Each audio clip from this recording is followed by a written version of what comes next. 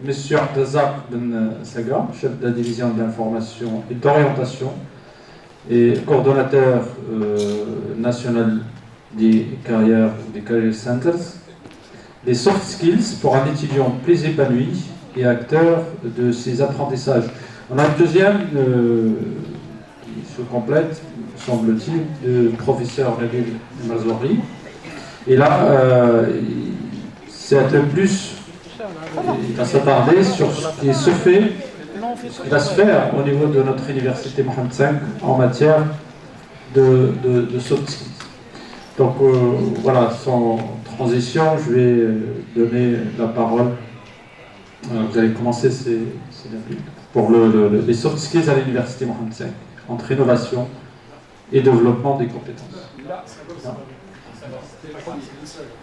J'ai confondu en fait. Je suis désolé. Donc c'est Ben Saga, c'est la chef de division de la formation et de l'orientation. Sur les soft skills, pour un étudiant plus épanoui et acteur de ses apprentissages. Donc ça sera suivi de professeur Mazor. Merci professeur Raouf, monsieur l'inspecteur général, monsieur le doyen, monsieur le vice-président, monsieur le président CGM, Barbara Saleh Kinetra, mesdames et messieurs, professeurs, chercheurs, également étudiants, et je vois quand même qu'il y a quelques étudiants. C'est toujours un plaisir de participer avec vous, avec l'Université Mohamed V, dans le cadre de la mise en place d'un certain nombre de dispositifs, et notamment le système de bachelor, et en particulier la mise en place des dispositifs des soft skills au niveau de l'université marocaine en général, et à l'université Mohamed V en particulier. Je vais essayer de présenter un certain nombre de points d'une manière très succincte, je l'espère, pour donner un petit peu le temps à des discussions, à des échanges, et surtout à des recommandations pour une meilleure mise en œuvre de ce dispositif, que ce soit au niveau de l'université Mohamed V, que ce soit au niveau national.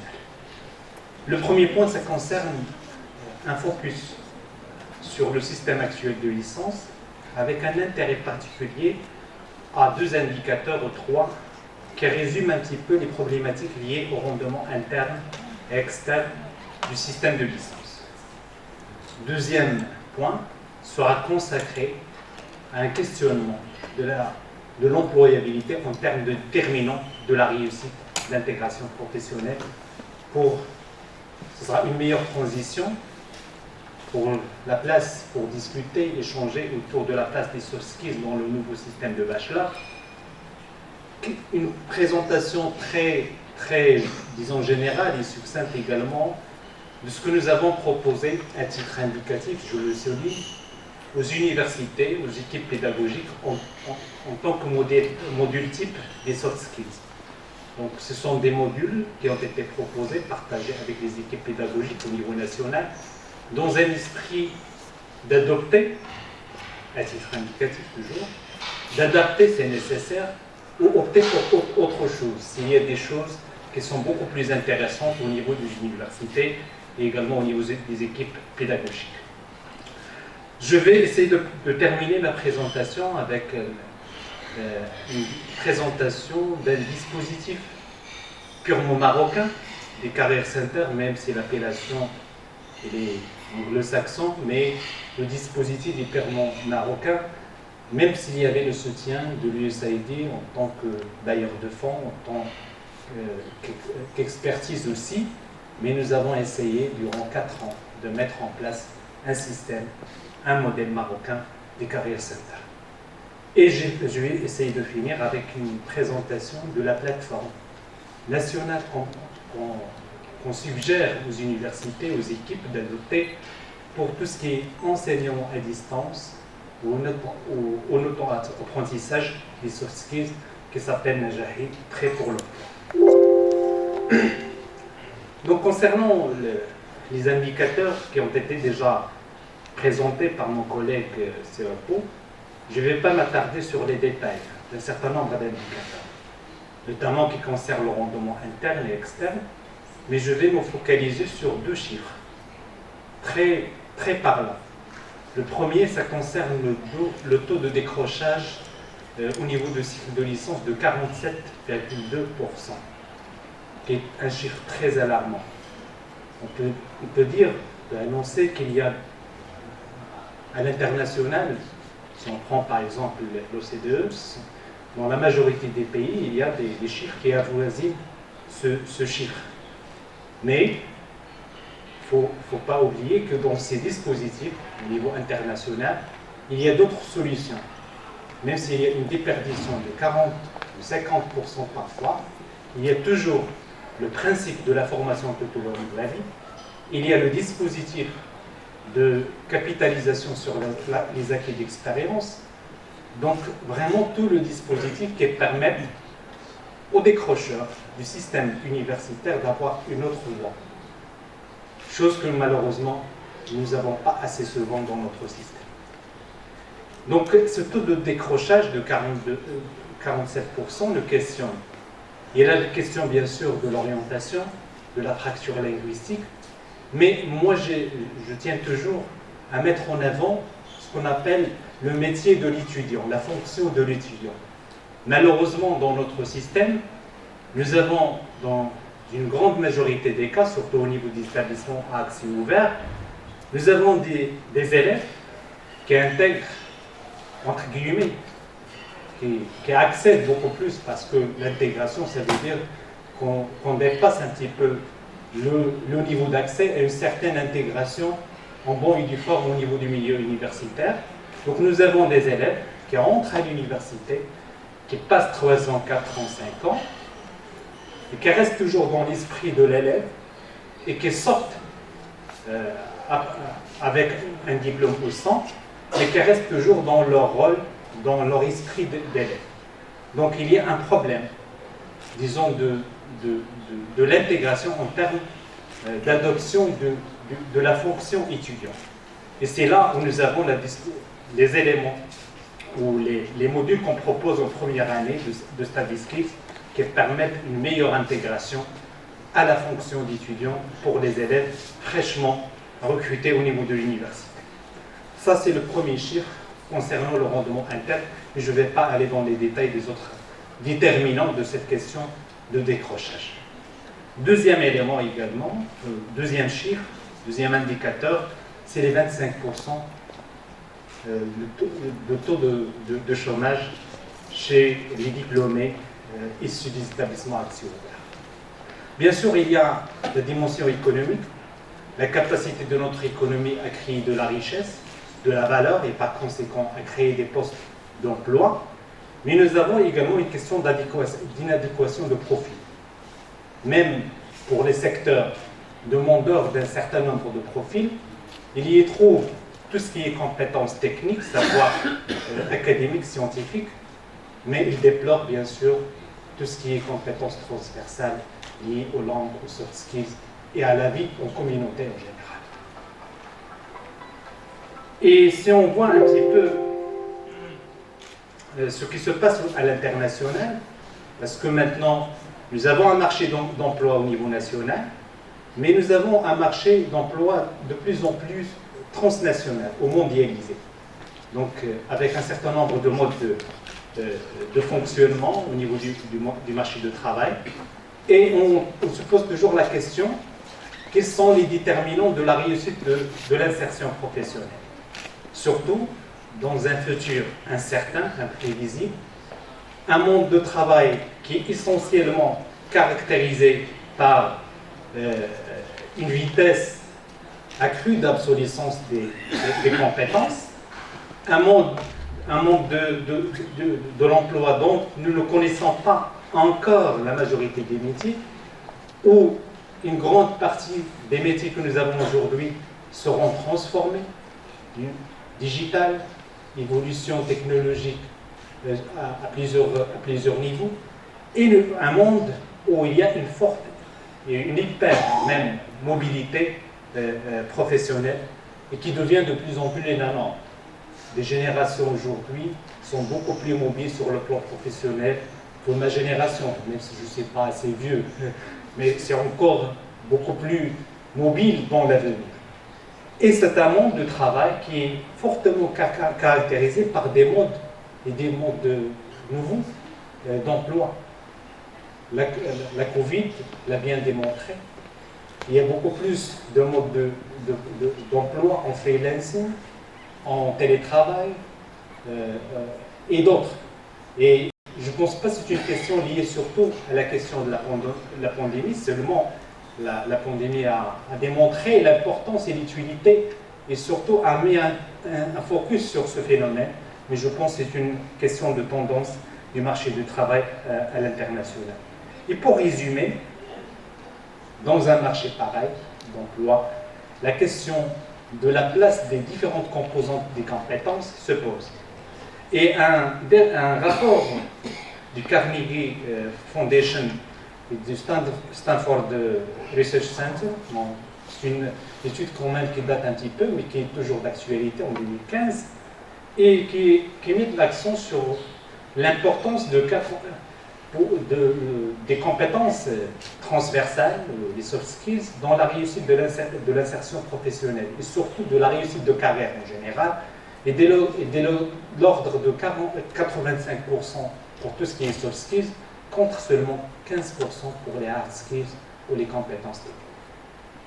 C'est pourquoi, parmi les raisons qui ont poussé le ministère, les universités, les équipes à réfléchir dans le cadre de ce nouveau modèle, disons, pédagogique de l'université, surtout au niveau de l'accès ouvert, à se poser la question sur l'importance et la place qui devrait occuper le développement des soft skills, bien sûr, à côté des modules disciplinaires, parce qu'on ne peut pas quand même nier que nous avons un bon profil en termes de connaissances scientifiques, académiques au niveau de l'université marocaine, et c'est le moment également de combler ces lacunes. Quelles sont les compétences? C'est le président tout à l'heure, et peut-être si vous aurez par revenir sur le référentiel des compétences, mais déjà au niveau international, au niveau de benchmark, il y a une étude que chaque année presque le World Economic Forum publie sur ce qu'il appelle les top 100, les top 10 plutôt, des compétences les plus demandées par le marché du travail. En 2020, il a cité 10 principales compétences, notamment tout ce qui est résolution des problèmes complexes, tout ce qui est pensée critique, créativité, gestion du personnel dans ses différentes facettes, la collaboration avec les autres, donc tout ce qui est esprit d'équipe, le jugement et la prise de décision, leadership, l'orientation service avec l'avènement d'un certain nombre de métiers, au niveau surtout dans les pays où il y a un fort vieillissement de la population, on peut citer les pays du Nord, donc tout ce qui est métier de service à la personne ont émergé avec force et demandent beaucoup plus de compétences. Tout ce qui est esprit de négociation et surtout tout ce qui est flexibilité cognitive et adaptabilité à toutes les circonstances. Parce que le plus important aujourd'hui, c'est pas d'avoir c'est très bien d'avoir des têtes bien faites, mais c'est très important d'avoir des personnalités, des profils qui peuvent s'adapter à la réalité de ce monde de travail qui change d'une manière très rapide et d'une manière exponentielle. Dans ce dispositif que C. Abdrahim a présenté tout à l'heure, concernant l'architecture pédagogique, nous avons mis l'accent sur une composante essentielle de 8 modules de formation tout au long de la formation de 4 ans en bachelor, 2 modules en première année de study skills, 2 en deuxième année pour le life skills, 2 en troisième année pour tout ce qui est civic skills, et 2 également en quatrième année pour tout ce qui est professional skills, pour une meilleure transition entre la formation et le marché du travail. En termes de mode d'enseignement, pour les soft skills, ce qui est prévu à la fois pour les langues et pour les soft skills, c'est 1/3 du volume horaire consacré à chaque module en présentiel et les 2/3 qui seront enseignés, développés à distance, avec une importance disons essentielle de nos enseignants. Mais pour les soft skills, effectivement, nous avons besoin des professionnels, des coachs, des spécialistes notamment pour tout ce qui est life skills et professional skills, parce que ce sont eux qui sont en relation avec le marché du travail, qui sont à l'écoute de l'entreprise. Mais nous aurons toujours besoin de nos enseignants-chercheurs, notamment pour les 2 années de tronc commun, notamment pour les study skills, pour les civic skills, et une partie aussi des professional skills, notamment tout ce qui est lié au cadre théorique, à la déontologie, un certain nombre d'éléments sur lesquels il faut mettre l'accent à ce moment. Alors, par rapport au dispositif auquel je reviendrai par la suite, il y aura également la mise à contribution des career centers qui seront généralisés au niveau de toutes les universités, avec des équipes qui sont formées en formation initiale et également en formation continue, au métier d'orientation professionnelle et surtout à la formation en soft skills à travers un certain nombre de dispositifs de formation spécifiques à ce type de formation, parce qu'on ne peut pas enseigner les soft skills d'une manière classique dans le cadre d'un cours magistral. Nous aurons besoin à d'autres formes, à de l'innovation pédagogique, en ateliers, séminaires, jeux de rôle. Il y a beaucoup d'éléments sur le plan innovation pédagogique auxquels on sera appelé à faire appel, bien sûr, dans le cadre de la mise en œuvre de ces dispositifs. En tant que de ressources numériques, parce qu'on parle du 2 tiers, comment on va le faire, quels sont les moyens techniques et surtout les plateformes numériques qui seront mobilisées. Déjà, à commencer par la plateforme nationale des Career Centers, Najahi, que nous avons commencé, ça fait 3 ans ou 4 ans. Ce n'est pas quelque chose de nouveau. Nous avons développé d'une manière, disons, bien réfléchie avec les professionnels, un contenu adapté à tout ce qui est life skills et transition, éducation, emploi. Et nous sommes actuellement en train d'introduire tout ce qui est module study skills. Et là, j'ouvre une parenthèse, cette plateforme sera mise à la disposition de toutes les universités pour l'exploitation, mais également sera mise à la disposition des universités pour un enrichissement éventuel. Monsieur le Président, peut-être Mazouri va revenir sur ce point, a cité l'effort qu'il est en train d'être déployé au niveau de l'université Mohamed V pour le développement d'un contenu soft skills avec les plateformes. Donc, on sera heureux de mettre tout ce contenu au niveau de cette plateforme pour le bien de la communauté estudiantine nationale. Donc, c'est une plateforme de mutualisation de ce que nous avons développé au niveau national. On peut facilement, et je reviendrai tout à l'heure, faire appel à des plateformes à l'international, on va le faire, mais notre objectif, alhamdoulilah, nous avons les compétences pour, sur le plan à la fois pédagogique, savoir également technique, en termes de nos équipes d'informaticiens, même en termes de pédagogie numérique, en grande partie durant ces 2 années de pandémie, nous avons développé une certaine compétence là-dessus, et ça serait intéressant d'intégrer, d'avoir d'ici 2 ans, 3 ans, une plateforme bien enrichie des soft skills qui peuvent peut-être concurrencer des plateformes à l'international. Donc, on va essayer d'introduire tout ce qui est study skills d'ici la fin de ce mois, Inch'Allah, pour que les choses soient sur les rails à partir de la rentrée prochaine, avec toutes les composantes soft skills dont nous aurons besoin pour la mise en place du système d'achat. Il y a en parallèle, bien sûr, tout ce qui est plateformes internationales qui ont fait leurs preuves. On peut en citer Coursera parce que tout simplement cette université vient de signer un mémorandum d'entente avec Coursera pour déjà une première expérience durant 1 année pour voir de près en quoi consiste le contenu, le tester, peut-être voir comment on peut l'exploiter au niveau national et probablement aller beaucoup plus loin l'année d'après dans le cadre de la généralisation nationale du système de bachelor. Et nous avons d'autres plateformes gratuites qui peuvent être utilisées par nos étudiants. Je peux en citer Allison, HP Life et d'autres.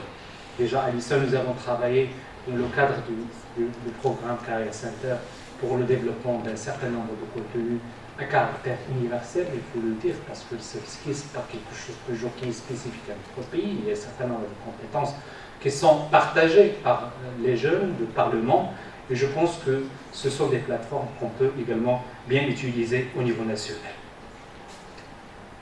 d'une manière très brève. Donc je ne vais pas aller dans les détails parce que ce sont des documents qui ont été déjà partagés avec les universités, avec les équipes pédagogiques. Donc ce que nous avons présenté, disons partagé, ce sont ce qu'on a appelé des modules types de soft skills. Ce sont des modules que nous avons proposés pour une inspiration éventuelle des équipes des universités en laissant le libre choix à ces équipes de prendre ou de laisser. Donc c'est pas contraignant. Le ministère, les équipes du ministère ne sont pas là pour dicter des choses sur les équipes pédagogiques, ils sont là pour les accompagner en cas de besoin. Et nous avons mis ces modules types, qui sont d'ailleurs partagés avec les équipes qui ont travaillé sur le montage des filières de bachelor, et nous avons essayé d'être les plus exhaustifs possible. C'est d'une manière très générale, donc, ce que j'ai essayé de présenter, de synthétiser ici, ce sont tout ce qui est connaissances à acquérir, compétences aussi, et le contenu succinct de chaque module, sachant pour les descriptifs, nous avons tous les éléments qui peuvent, d'ailleurs lors des différentes rencontres des pôles régionaux des universités, nous avons découvert qu'une grande majorité des équipes pédagogiques ont adopté ces modules types et l'ont présenté dans leur projet de filière pour accréditation. Si on peut commencer déjà par le premier module de soft skills, c'est un long processus qu'on commence dès la première année. Le développement des soft skills, ce n'est pas un cours, ce n'est pas une compétence qu'on acquiert du jour au lendemain, c'est un long chemin. Normalement, qui devrait commencer depuis le primaire, qu'on développe davantage. Et je pense que c'est également un autre élément sur lequel on doit travailler. D'ailleurs, on y travaille avec les collègues de l'éducation nationale. Pour tout ce qui est développement de soft skills, le meilleur endroit, c'est le primaire et le collège. Et après, à l'université, c'est beaucoup plus. C'est pourquoi, d'ailleurs, lorsqu'on a commencé à travailler sur le modèle des carrières center, on a réfléchi à la question de la transition éducation-emploi, donc tout ce qui est professional skills. Normalement, c'est ce qui existe au niveau international. Si on prend les carrières center, j'ai eu l'occasion de voir au moins ce qui se fait au niveau des États-Unis, ce sont des carrières center qui se focalisent essentiellement sur les professional skills, parce que le reste, ils s'acquièrent tout au long de la scolarité depuis le primaire, sinon la maternelle. Et on aura besoin seulement de cette brique qui permette une meilleure transition entre la formation et le marché de l'emploi. Mais nous avons un constat, nous avons des problématiques. Tout le travail qui est en train d'être fait au niveau de l'éducation nationale, malheureusement, n'aura ses résultats qu'après 12 ans et plus. Le temps de l'académique et de pédagogique est différent. Malheureusement ou heureusement, je ne sais pas, mais du temps politique et également du temps du marché du travail dont je parlais tout à l'heure, avec cette évolution très rapide.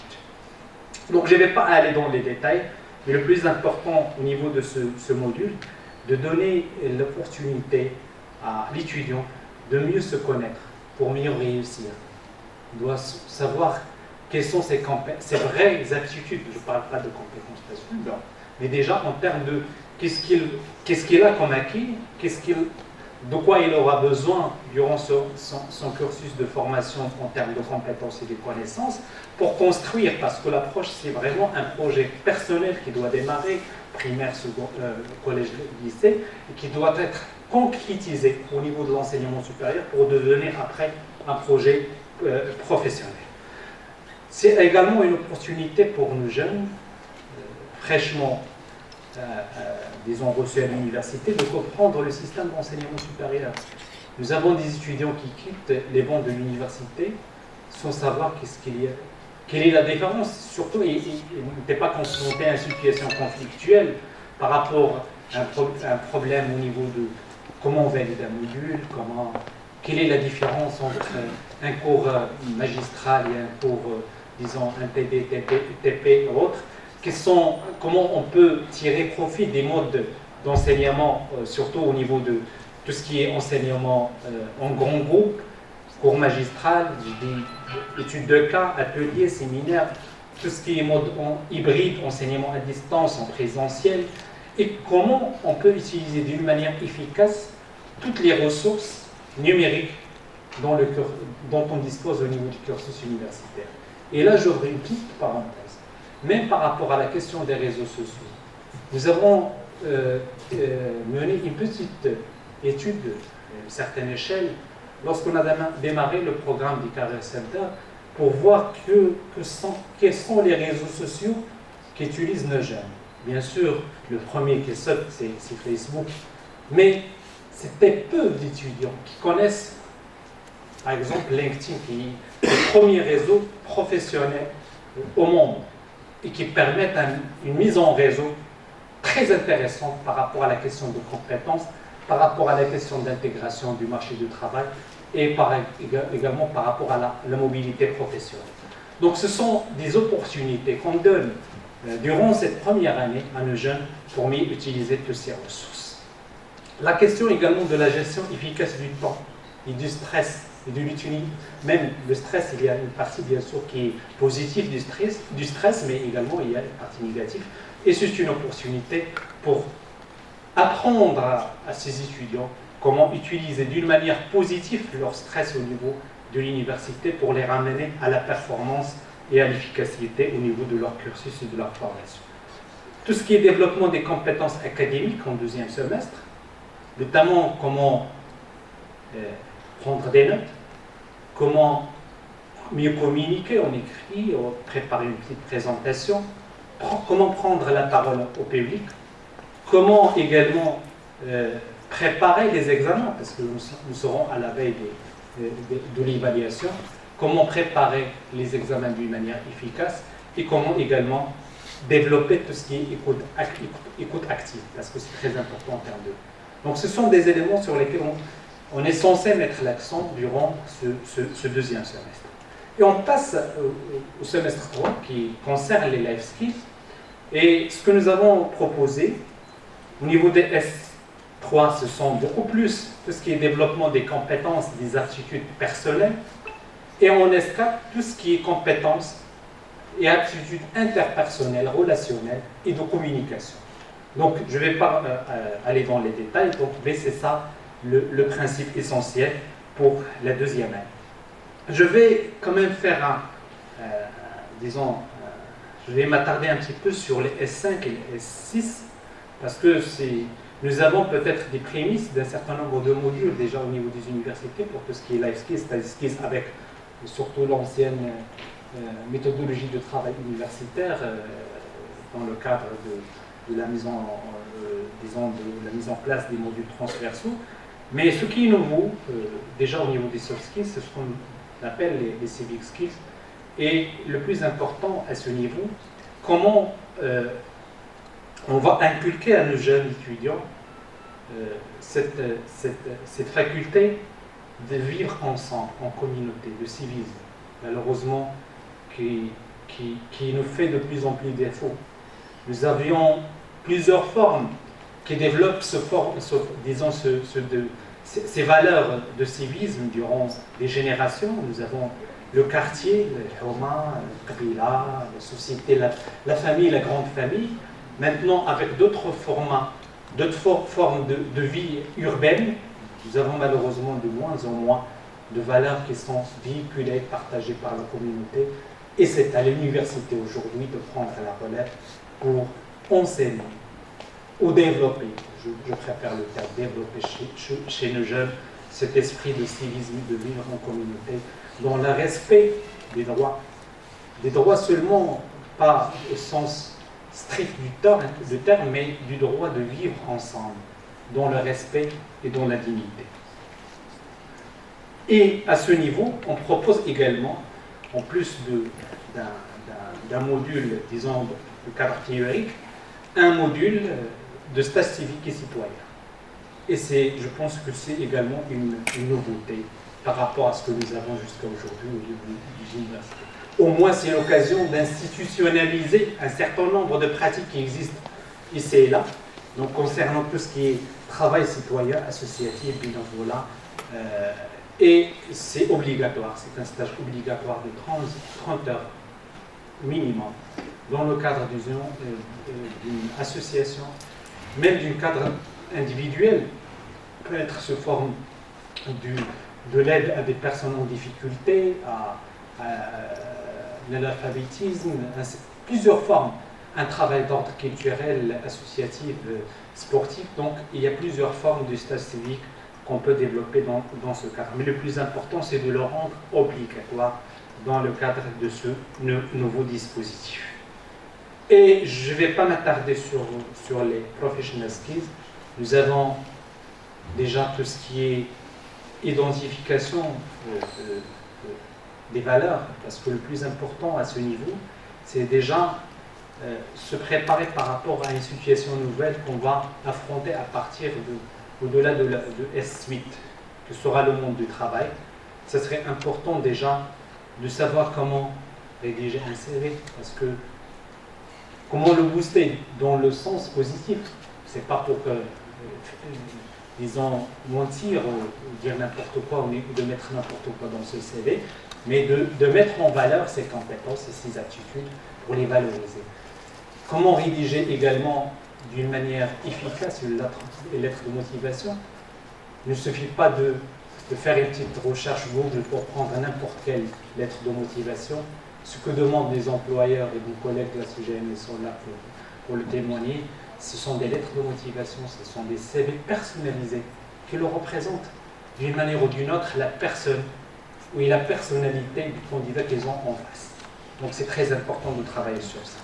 Comment préparer son entretien d'embauche? Comment se tenir le jour de l'entretien? Parce que le premier, disons, le premier effet que le candidat donne à l'entrée à l'entretien est primordial, parfois même dans sa carrière après, une fois accepté. Donc c'est très important de se donner le temps de travailler ce genre de compétences, malheureusement, qui nous font défaut au niveau de nos lauréats. Et le dernier module, ce sera comment m'intégrer et m'épanouir au milieu de travail. Une fois recruté, il faut réfléchir comment on va évoluer au niveau de la carrière. Il y a un certain nombre de valeurs, de caractères professionnels qu'il faut respecter.